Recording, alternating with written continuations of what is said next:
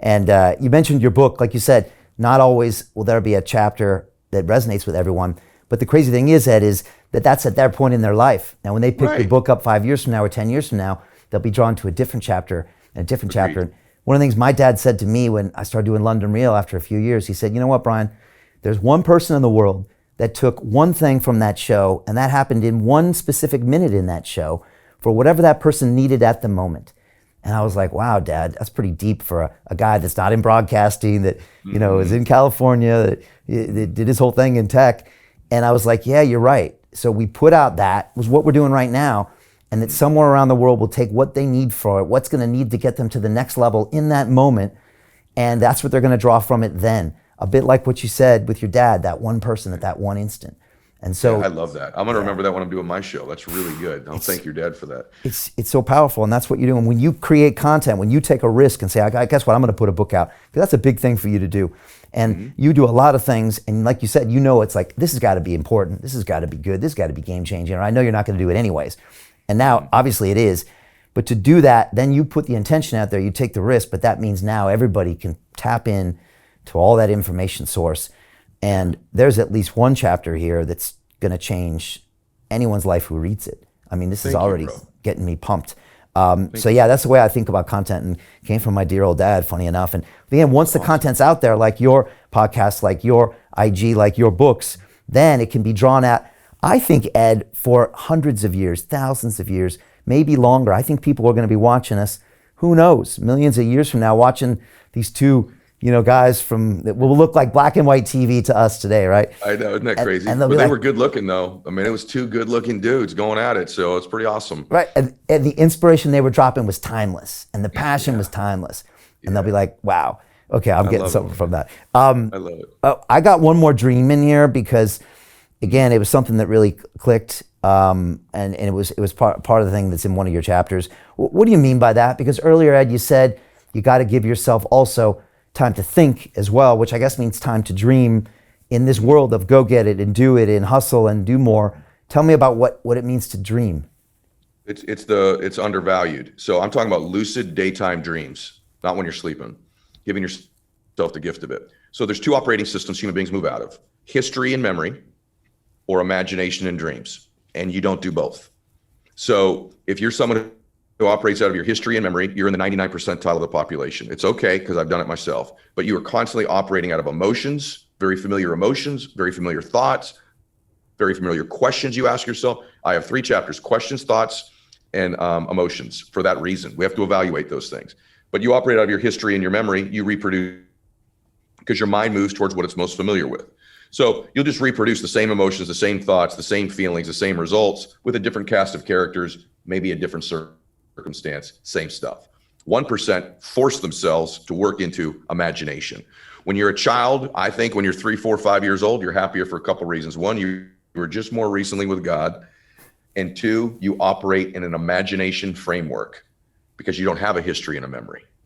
And then as we get older, even by the time we're 8 or 10 years old, we start to operate out of these different filters, which is our memory and our history. So I force myself to dream, and I do it regularly. I dream when I'm driving. I imagine when I'm driving. People, that's corny as hell. No, actually it's not. Many of the best things in my life I imagined first. They were ridiculous. I had no plan or strategy. But when you imagine something and have a thought of it, you create a space in the world that it didn't exist before you had that imagination or thought. And the way the world works is if you imagine it over and over and over again, your mind starts to RAS the furniture of the space, starts to find the person, the place, the thing, the relationship to fill up that space. 30 years ago, I used to say I was a broadcast major in college, not a business major. And I said, someday I'll have a television show that shows people how to improve their lives and make something great happen. And no one's really doing this other than Oprah Winfrey and Dr. Phil Donahue back in the day, right?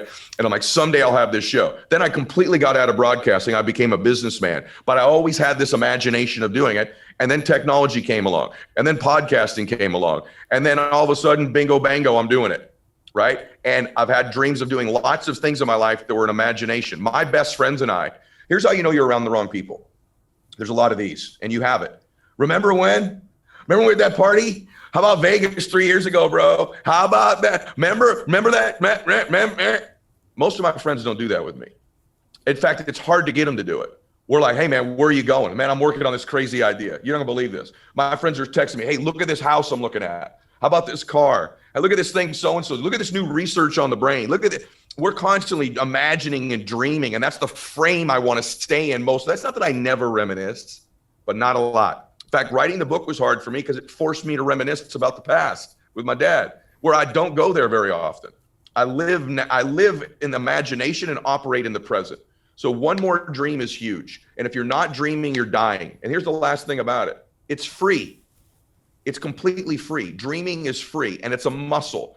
And I'm telling you, if you want to know what mega successful people talk about with one another, or really happy people, it is their imaginations and dreams. It's the conversations, the primary conversation I have with my most successful friends. And what they rarely discuss is the past. And if you are around average, ordinary people, they very rarely discuss their imagination and their dreams, and they regularly discuss their memories and their past. So true, Ed. I realized this a long time ago, that if you're talking about the good old days or that time in high school, or you're talking about these old times, then I just stopped hanging out with those people, because I want to talk about, not the old times, not even the current times. I want to talk about these new incredible times of the future. Like, how does a guy run for mayor of London? How does that happen? Yeah, so and that's, I have to imagine at one point you just imagined it. Yeah. And then you started to go, well, that's crazy, but, and then you started to fill up the space with the thoughts, the ideas, the concepts. All of a sudden, this MFer's running for the mayor, right? It had to start as an idea. Am I right? It had to. Yeah. And you know what I first thought of when you said this, Ed, is that 12 years ago, I was in my flat here in London. I was still working in the city as a derivatives broker, and I was a Sunday afternoon, and I was watching the Joe Rogan Experience on Vimeo, because he wasn't on YouTube, and I knew about him because he was a UFC commentator, not because he was famous.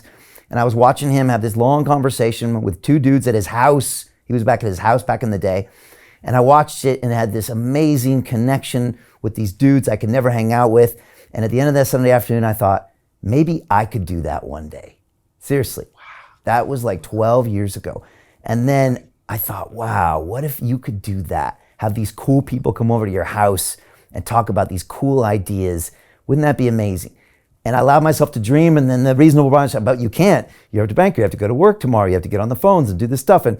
But I gave myself that little instant, and it planted a seed, and then I would kind of come back to that dream and come back to that dream. And that's literally what happened, man. That's why we're here today. And isn't that crazy? I know, it is crazy. And now that you say it, and I guess everybody listening can think, now how can I even be more intentional about that? And just, I guess you're forcing yourself to dream every day. Force yourself to, again, realize that you're already in your own matrix that's not serving you. Force yourself to get out of it into that dreaming state to where you're not reactionary anymore, or basing your life on the past and the history, and go into that dream future. Again, you just bought a Tesla. Elon had to dream about an electric car or his own space program at some point.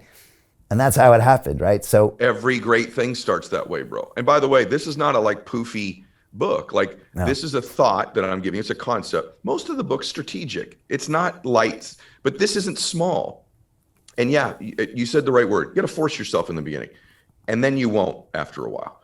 And then it's reflexive. Then there'll be triggers, like me hitting like the door of this office right here. When I hit that handle, it kind of triggers an imagination state. And when I walk in here for a few minutes, it's sort of what I do. My good friends just, this morning I had a buddy, bro, I'm looking at this place in Florida. Is this epic or what? And, like just stuff, right? And this other friend of mine right now is in Mexico on a church mission. And it started like 6 years ago. He's in the backyard. He goes, man, I'm the biggest sinner in the history of the world. I go, well, you better make up for all that crap and do something awesome. Just teasing him, right? And I go, what could you do? He goes, well, I could probably start like doing mission work. That's not something everybody does. And it's 6 years later and he's done like 30 of them. It just started as an imagination and a dream. Wow.